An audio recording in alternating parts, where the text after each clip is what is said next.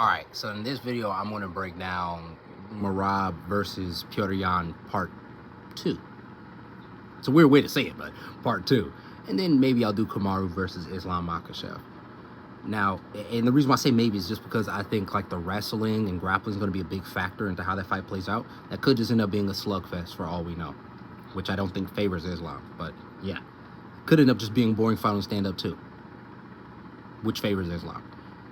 But that being said, Merab versus Petr Yan, you know, I just saw DJ say that Petr Yan is going to get knocked out in the rematch. And then MMA Guru said he thinks it's just going to be like a dominant performance again. I disagree with MMA Guru, and I see where DJ is coming from because the knockdown that he got on Corey Sandhagen. But here's the thing. The reason he got that knockdown is because Corey Sandhagen's weakness is, well, he has a few, but in this regard, one of his flaws is that his defense, like pure defensive defense, because there's defense built into the offense, like getting your head off center line, right? And then there's defense, like when someone's attacking you, you just, defending. His defense isn't as layered as it should be. It's pure just defensive defense. It's not that layered. All it really is, when someone's just attacking him, he uses his footwork, right? And he uses his footwork to set up offense too. But defensively, he'll use his footwork, move laterally, get out of there, and he'll use his frames. He's not a head movement kind of guy, though.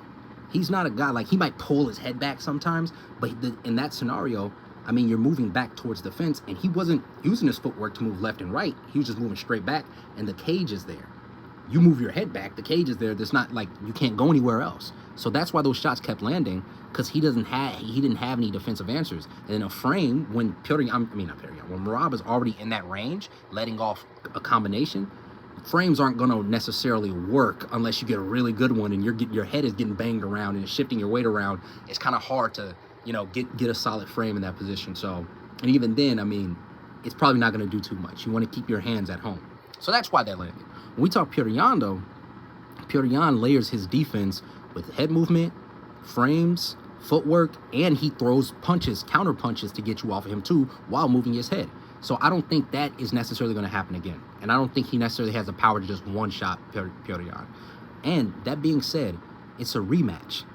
We've only seen Petr Yan in a rematch one time, but he lost the rematch because, and this is really what a lot of people, actually, I'll do a part 2. So I'll leave it there, and I'll do a part 2 on this.